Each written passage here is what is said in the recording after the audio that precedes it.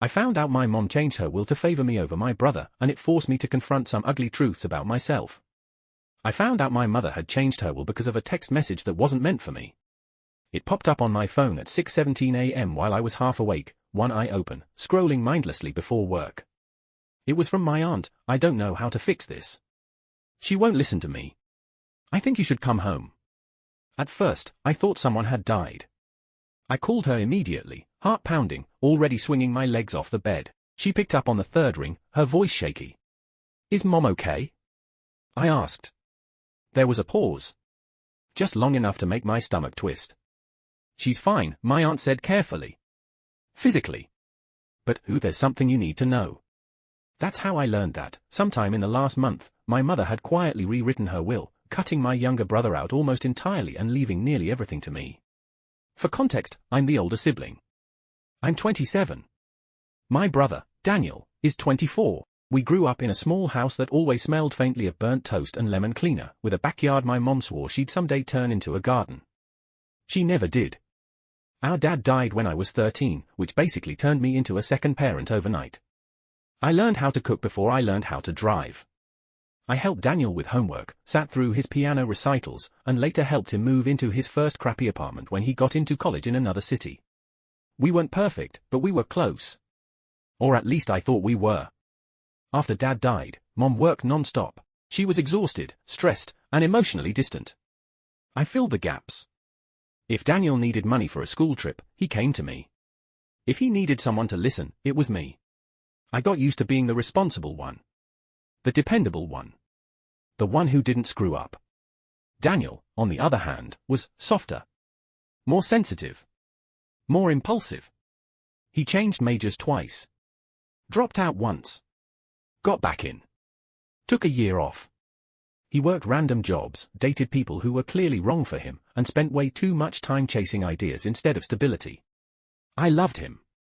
I also worried about him constantly. When I moved out at 23 for a job opportunity in another state, I felt guilty leaving him alone with Mom.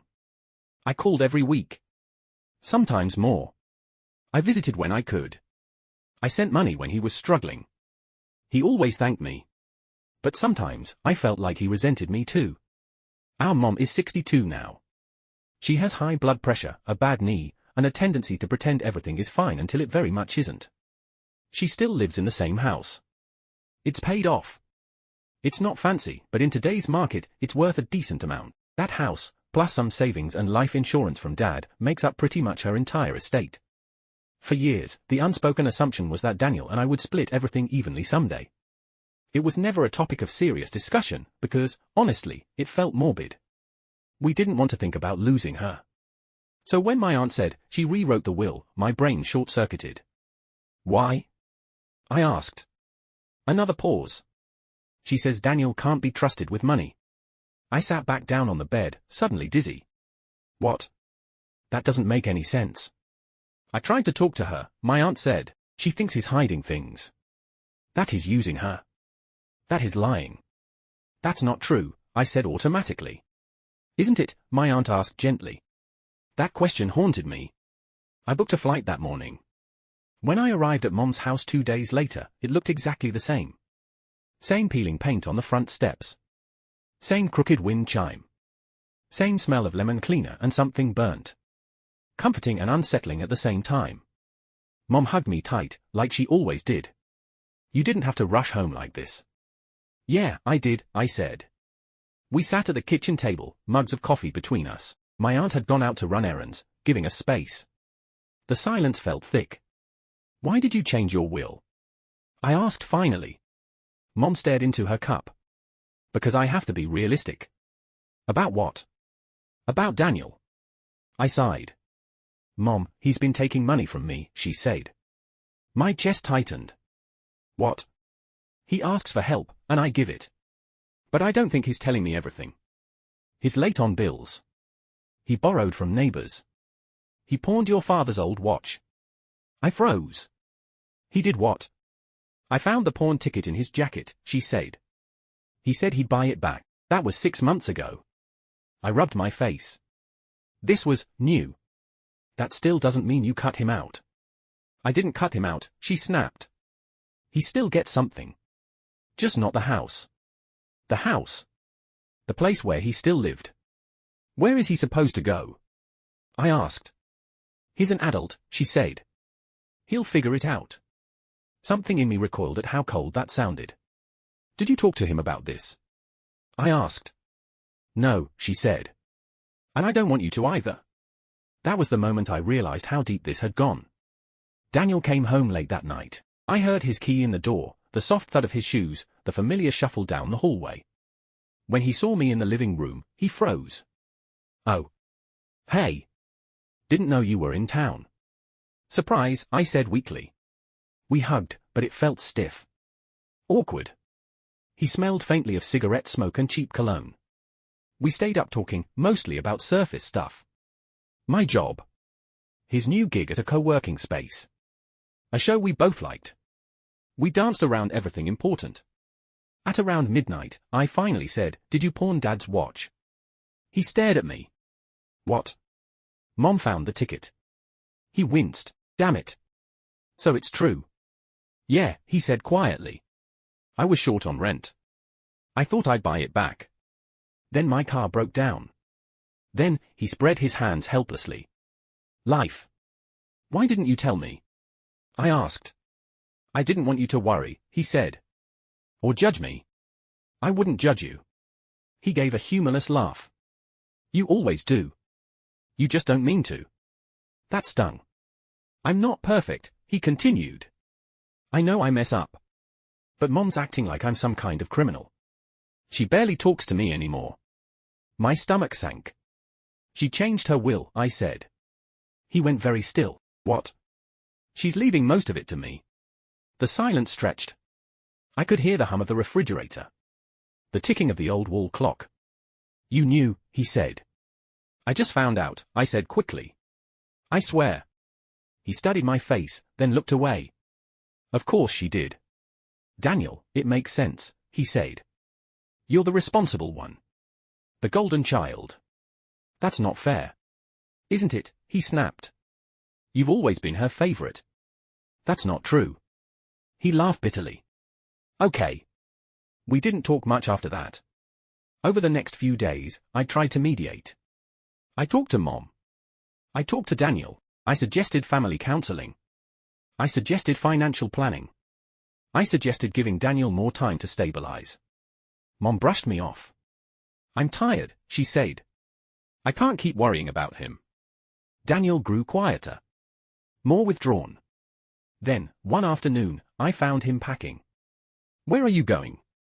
I asked, panic rising. I'm moving out, he said. I can't stay here. To where? A friend's couch.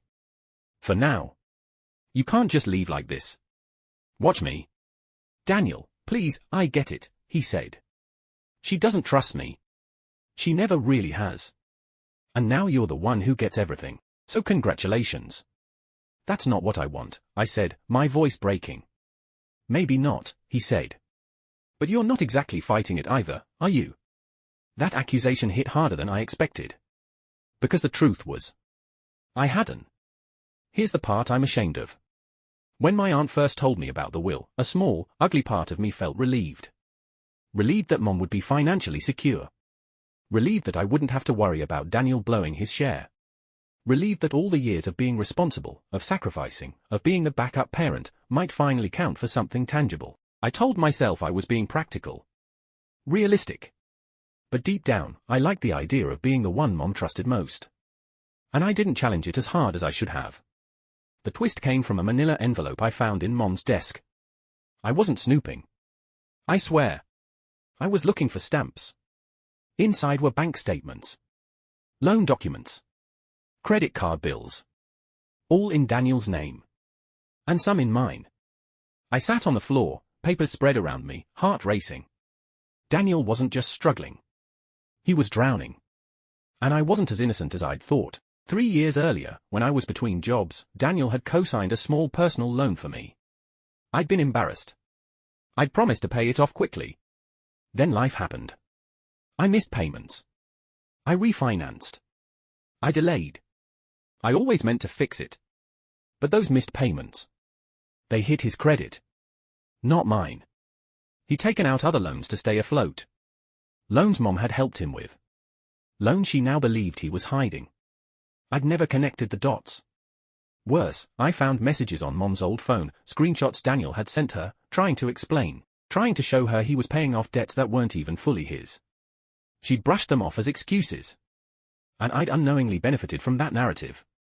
That night, I confronted Mom. "You know some of his debt is because of me, right?" I said, shaking. She frowned. "What are you talking about?" I showed her the papers.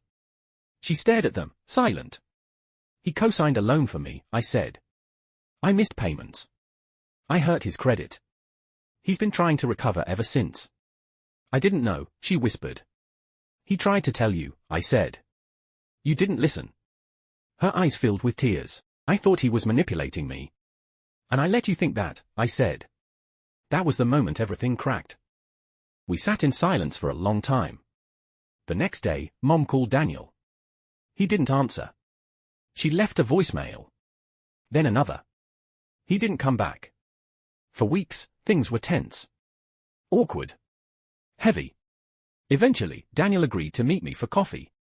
He looked tired. Thinner. "I'm sorry," I said, as soon as we sat down. He shrugged. "For what?" "For the loan. For the will. For letting Mom think the worst of you. For everything." He stared at his cup. "You always do what you think is best. You just forget that I'm a person too." That hurt, because it was true. "I don't want the house," I said, "or the money. I want us." He looked at me then. Really looked. "I don't think it's that simple," he said. And he was right. Mom has since changed her will again. This time, it's more balanced. But the damage isn't magically undone. Daniel is still rebuilding his life. Our relationship is slowly, awkwardly healing. Some days are good. Some days are strained. We're learning how to talk without defensiveness, how to listen without assuming. As for me, I'm learning to sit with the uncomfortable truth that being the responsible one doesn't automatically make me the good one. Sometimes it just makes me blind. If you've read this far, I guess I'm asking, was I the asshole for not pushing back harder when I first learned about the will? Or is this just one of those messy situations where everyone messed up in different ways? Because I still don't know.